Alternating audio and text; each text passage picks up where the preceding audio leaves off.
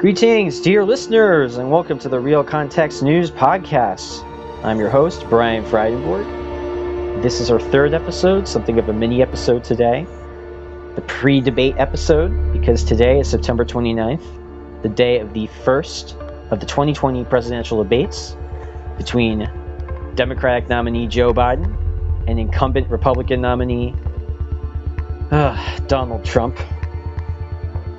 Or as I like to call him, and if I lose some of you Republican folks now, bear with me, you should hear the rest of what I have to say, but as I like to call him, Comrade Orange Caligula. But in all seriousness, there are limitations to how important this debate will be, and there are still important reasons to consider it important. If anything along the lines of discourse and debate can still be considered important in our very messed up current election cycle and society overall. Something to think about as we go into this. In 2016, specifically September 26th, the day of the first debate between Hillary Clinton and Donald Trump, the 538 somewhat adjusted polling averages, and they had a little bit of a different system back then where they used mostly state data but some national data to come up with a overall figure of polling of public support representation as a percentage. But we had Clinton at 42.4%, Trump at 41%, and Gary Johnson, one of the two major nitwits running for third party aspirations back in 2016, both of whom served very much as spoilers for Clinton. I guess Johnson, you could kind of make an argument that maybe half of his people were principled conservatives and half were young people who liked the idea of pot being legalized. And then you had, of course, Jill Stein. That's a whole other thing. We're not getting into that now, so in the interest of speed and brevity, Clinton had a 1.4% lead in 538's model back in 2016. Fast forward to today. Now, this is simply a weighted average of the national polls. So this is not apples to apples. The methodology is a bit different, but still roughly a way to indicate level of support in 2016 versus now. The 538 weighted polling average for national polls is Biden 50.2% and Trump 43.2%. And they actually have Biden up 7.1%, so I'm guessing there's some rounding that gets closer to giving Biden a 0.1% boost beyond just the 7.0 that you get from subtracting 50.2 or 43.2 from 50.2. But Biden's got a 7-point lead versus a 1.4% lead in 2016 for Clinton. So that's something to think about. But that's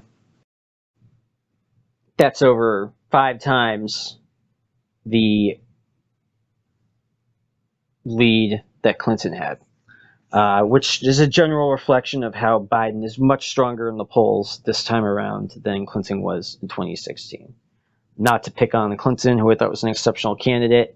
We'll get into that another time. But anyway, so Biden enters into these debates in a better position than Clinton, and without nearly as much popularity going towards third-party candidates in the polling at this point in time. Because yes, that's not, if you look at where the third-party candidates ended up and where they are now, there's not that much difference with the Green and the Libertarian Party candidates. But if you can remember back to 2016, and as I indicated with Gary Johnson at 7.5% here in 2016, on the day of the first debate, third-party candidates are actually doing much better a couple months before, or about a month before the election, than they ended up doing.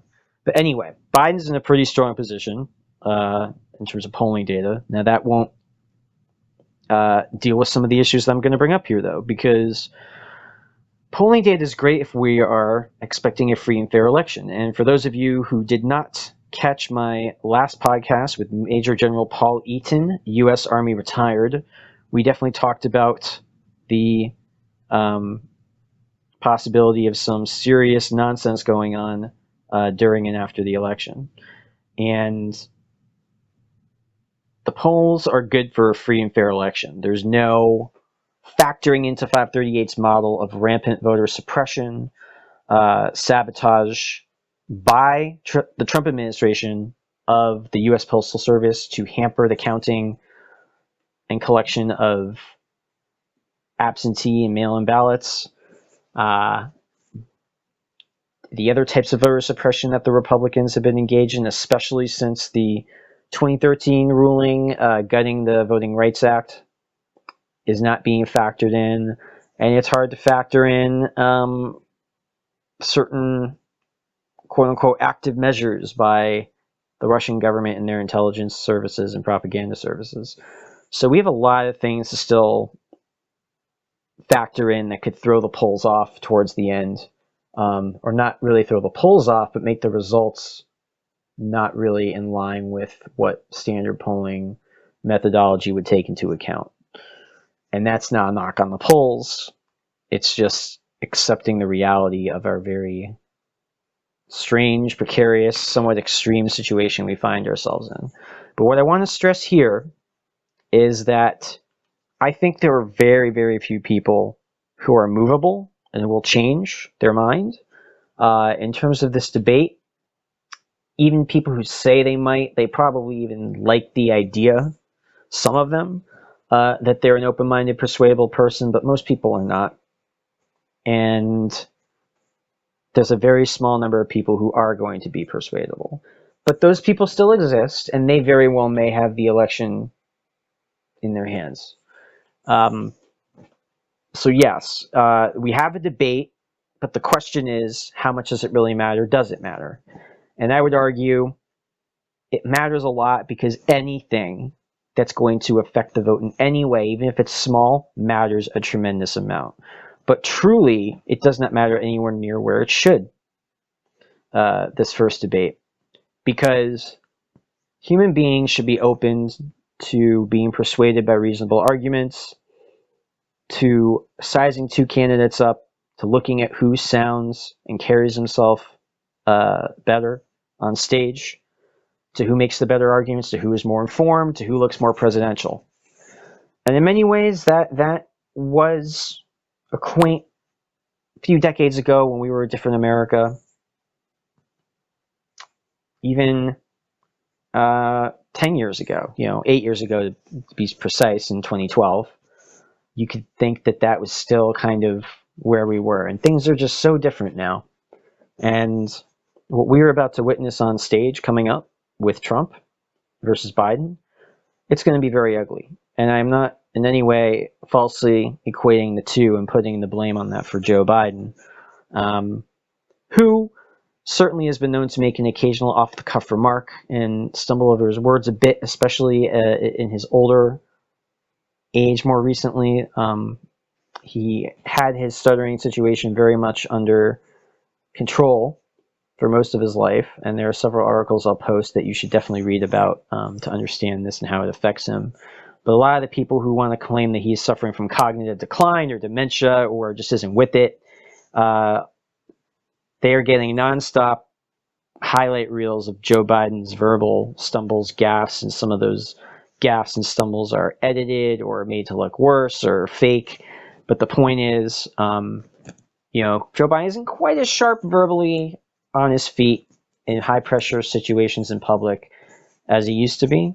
But if you watch a lot of him, as I have over the years, and especially even this election cycle, most of the time he is on target. He'll occasionally say something that sounds off, is off, or something silly, and that will get all the attention. But if you listen to the majority of what he says, he knows exactly what's going on, and he knows what he's talking about. And so that should come off in this debate for people that actually watch it. And apparently we had some 84 million people who tuned in to the first debate in 2016. So let's see if we can break that record this time, because a lot of Trump supporters are literally getting a fake version of Biden from right-wing disinformation. And if you watch a particular, I believe it's a Daily Show clip. Actually, no, sorry, it's CNN, where this reporter, I think he's Irish actually, is going up to Trump supporters at a rally, and they're talking about, oh, Biden fell asleep during an interview. And he basically shows that was a doctored video from a local news clip somewhere where they replaced Biden with some other random old guy. They replaced the random old guy with Biden.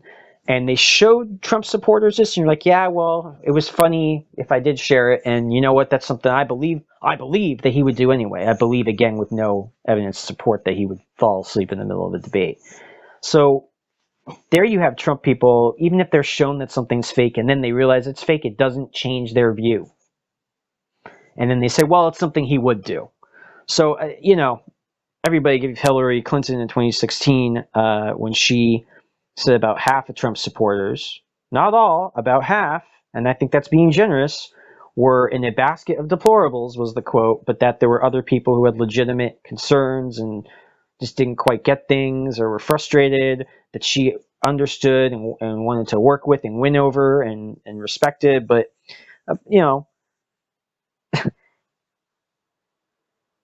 there's always a quote from Hillary Clinton in 2016that has aged incredibly well for any situation that we're talking about now. And frankly, when you show someone that something is false and is disinformation, and their best response is, well, it was funny and I believe this person would do that anyway, again, with no evidence.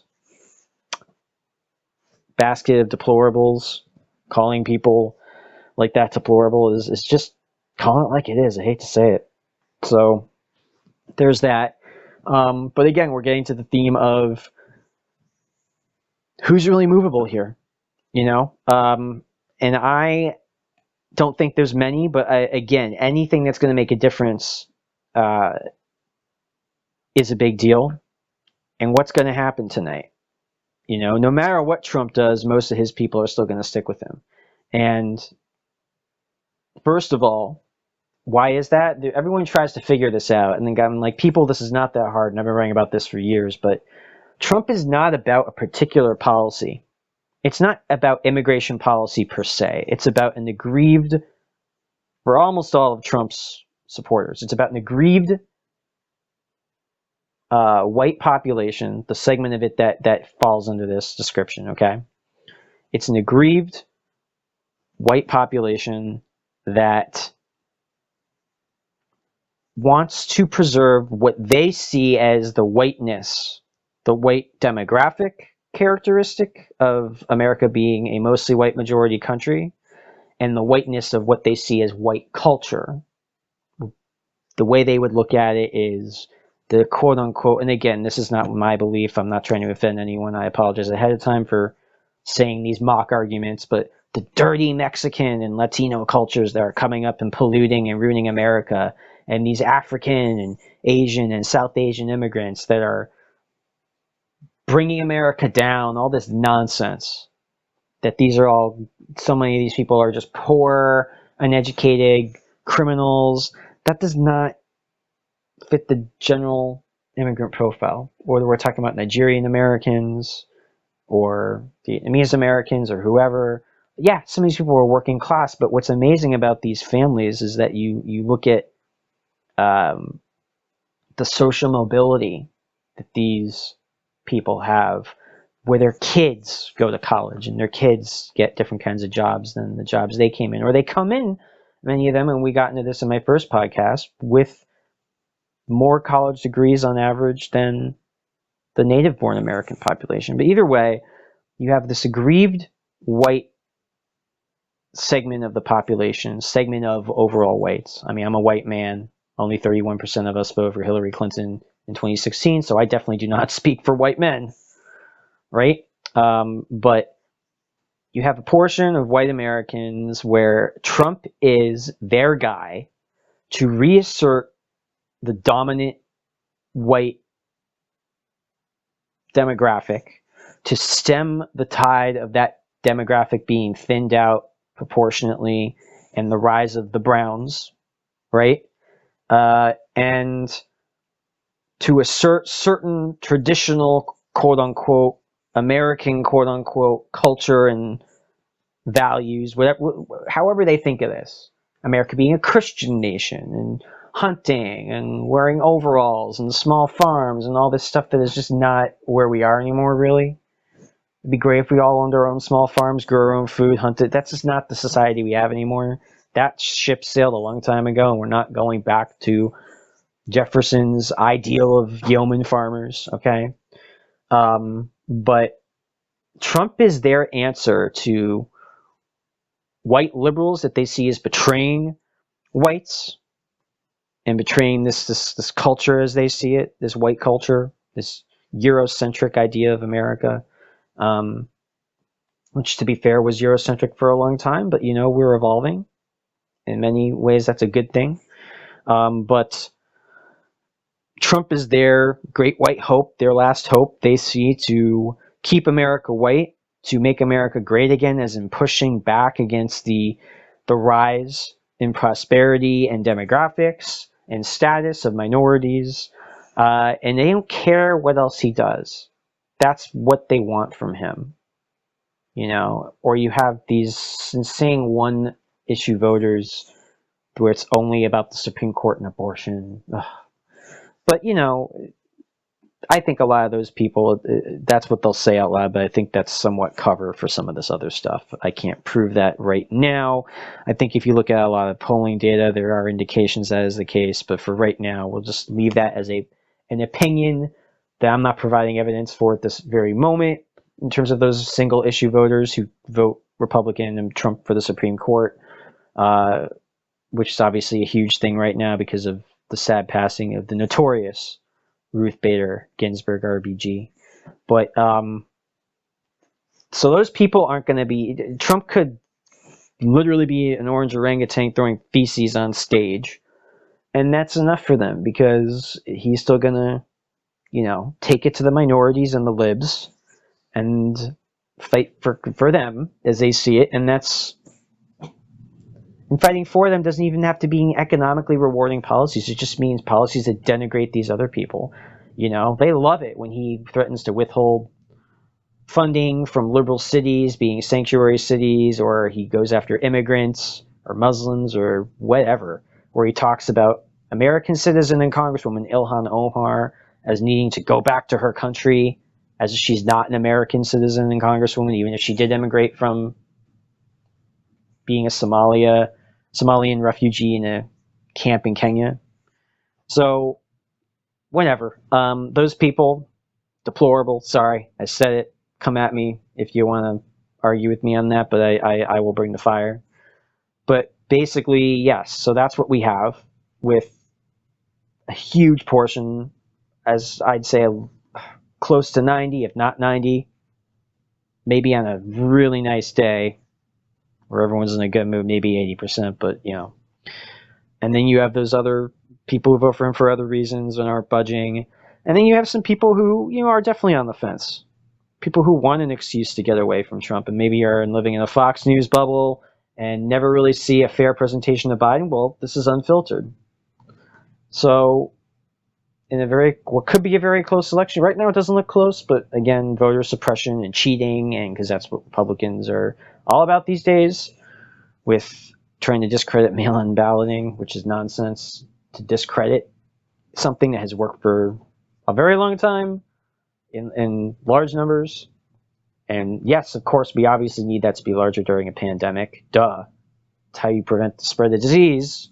But anyway, so what would happen tonight in the debate? How would things change? How would we see behavior that might change?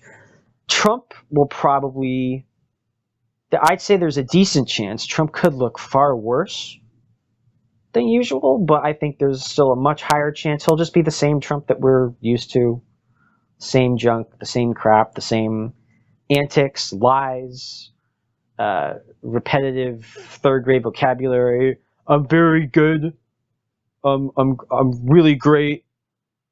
fantastic and tremendous. Like, how many times will he repeat the same adjectives, right? So I think it's more on Biden, because the bar has been set so low with Trump calling Biden Sleepy Joe and all this propaganda and disinformation about him. I mean, you go on Twitter and other social media, and there's just so much traffic behind these short, edited, skewed, very slanted, even doctored fake videos of Biden just gaffing one thing after another. So if he comes out and does fine, that is going to cause some of these people on the fence to question, right? So that's a big deal. But, you're going to see hours and hours and hours of people on television and read article if you want, after article after article being published today about here's what can happen, here's the strat, here's what you need to do, and there's certain things to talk about with certain topics. But in the end, most people aren't going to remember the topics. They're just going to remember the general sense that they got. So Trump has, like I said, a good chance to be pretty awful, even for him, which may affect some of his support. Again, not much, but maybe more than we'd think if he's really bad. But I don't think that's going to be the situation. Even then, I question how many of his people would shift. But the real question is, Biden surprising the heck out of duped, kind of brainwashed almost Trump people that are just consuming media in the bubble and not going outside, and seeing a competent, empathetic Biden who talks about his Catholic faith and Christian values, and his working class background, and coming from situations many of them may find familiar, whether it's raising kids as a single parent or having to deal with a parent who had trouble finding work, or being that parent who was having trouble finding work. So I think that can sell really well to people who are struggling like crazy right now because of coronavirus and a nutty economy and an insanely bad pandemic response, which I've written about extensively. So ultimately, I think about the big picture. Keep your eye on that prize as you watch this debate. Think about people who may have only been exposed to disinformation and misinformation and very selective material about Biden. Think about how they might go into this. And, because the people who hate Trump already hate Trump. And we'll see, but hopefully more of the third party vote will be more amenable to Biden this time around than they were in 2016. And I'm not even sure debates are going to make a huge difference with them. But I think you got the small sliver of people who are on the fence, maybe thinking Biden, and are kind of in Trump's camp, but are looking to jump ship. Very small group of people, but I think this could go a long way towards moving this very small group of people that if Biden does fine, and I expect he will. I've interned for the guy a long time ago. I've watched a lot more of his speeches in public events than most of you have, and I can tell you this guy is very sharp. Get past the highlight bias videos and Google some of his longer speeches and watch them. He's a very empathetic, passionate, caring, intelligent, informed guy, and that will come across. And he's also one quick point I'll make before ending, but Hillary Clinton, to be fair to her, there's this very sexist attitude towards angry women where people just sour, that opinion meter goes down when women assert themselves really strongly against people, which is unfortunate. So she took a more understandably conservative approach to responding to Donald's absolute nonsense and lies. Biden, I think, is going to come out swinging. This guy's insulted the military, and he had a son who served in the military, and that son died of brain cancer, Beau Biden. So he is not going to... He'll get riled up in a good way, I think. Where people will appreciate the way Joe punches back. So those are my thoughts on the debates. Nothing earth-shattering here, but I think there's going to be a lot of commentary that gets lost in the weeds, and I think keep your eye on the bigger picture, as I was mentioning.